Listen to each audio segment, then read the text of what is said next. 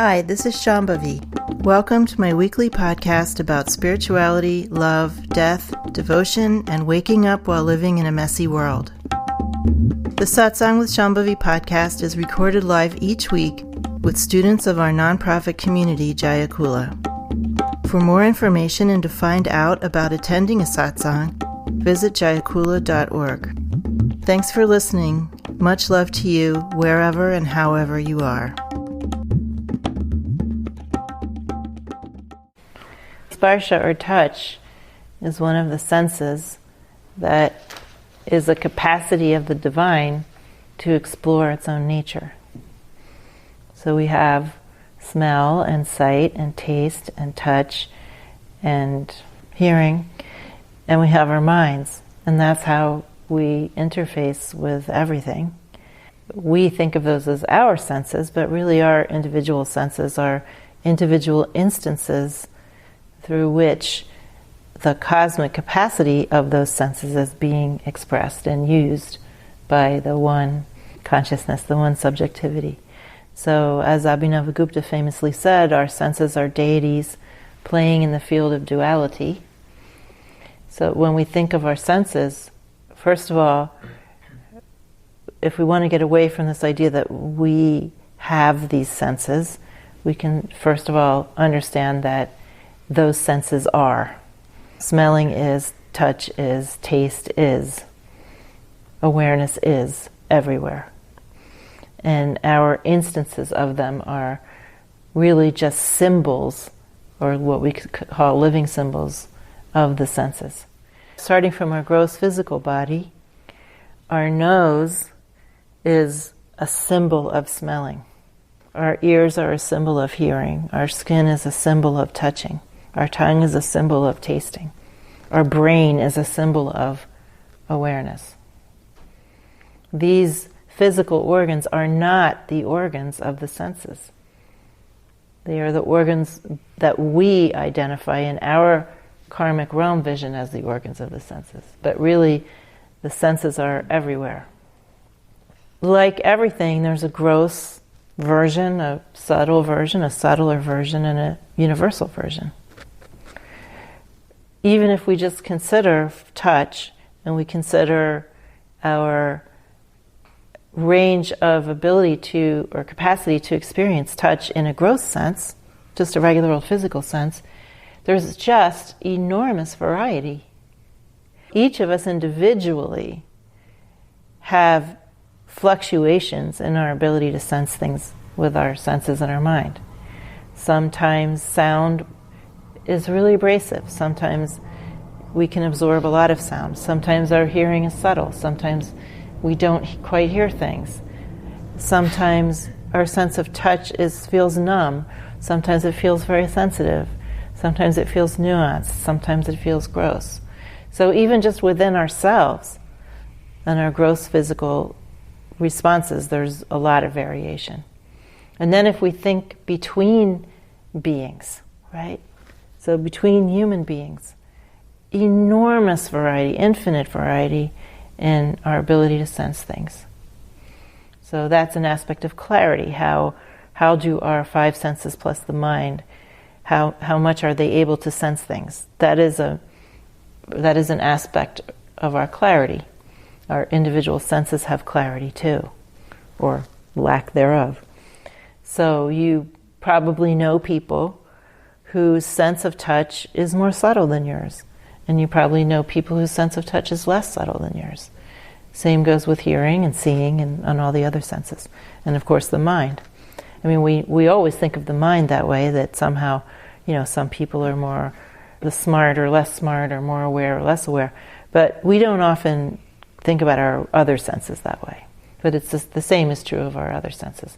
And then when we look at other beings, like other animals, there we see even more variety, right? in how beings sense things. So there are beings on this planet, ordinary beings, who have enormously more clarity in their vision than we do, or enormously more sensitivity in their touch. Think of what an ant's antenna can sense. Enormously subtle vibrations. Right? Already, just with physical sensation. There's infinite variety. That gives us a clue that maybe that variety doesn't really stop, that it's not just what we're able to describe with our usual words for it, or talking about our gross senses. Actually, the subtlety of the senses extends much further than we normally think of them as extending.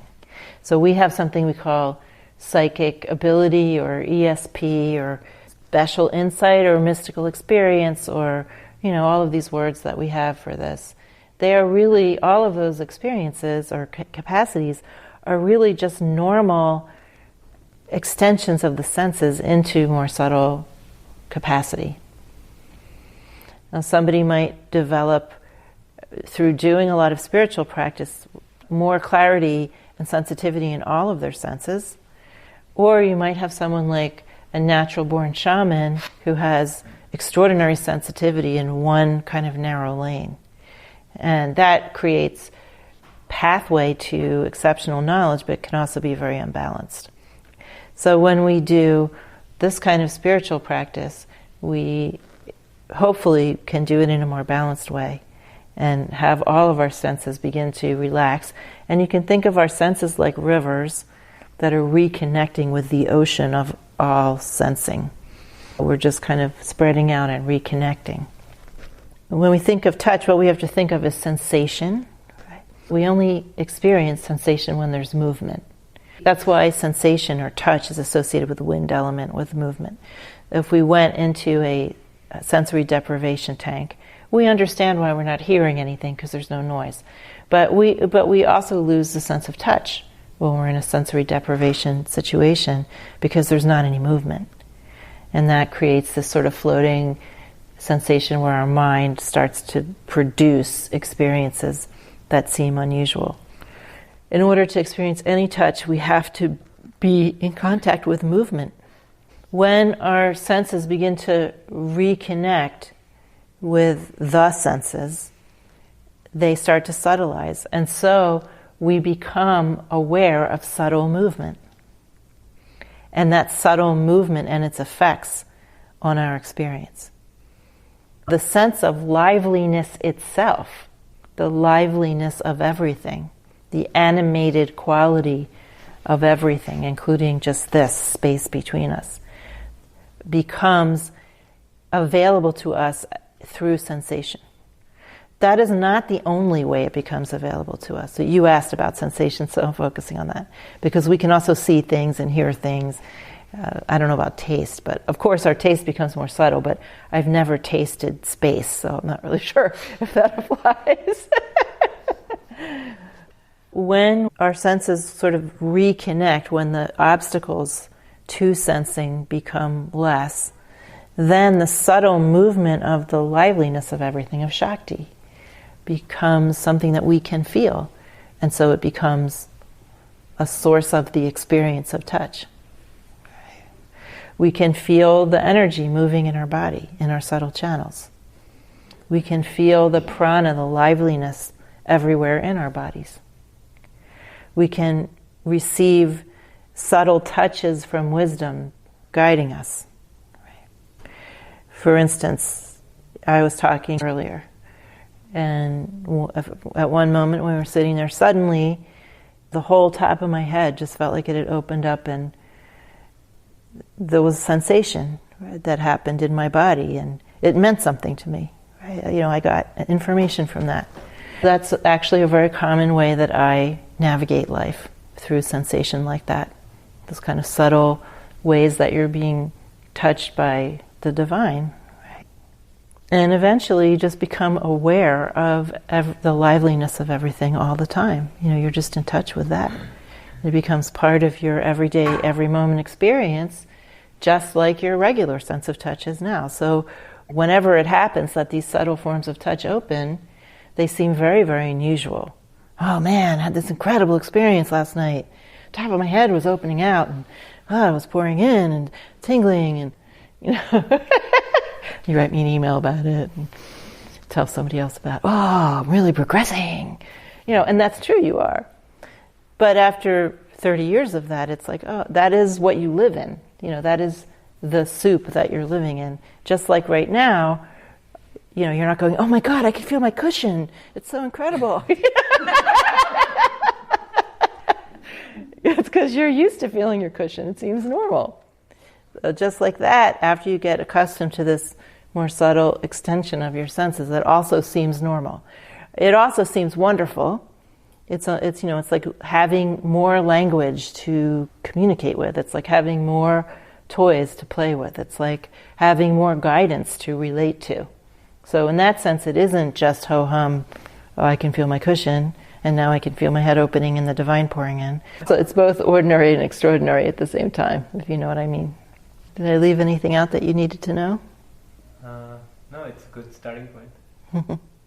So those of you that do Kriyas, for instance, or whatever you're doing, and you feel tingling here, or you feel tingling here, or you feel some movement in your body, or maybe you're doing divination and you feel some inner touch, or all those things are aspects of what I'm talking about, the subtilization of the senses. All of those moments have things to tell us because we're in this communicative situation.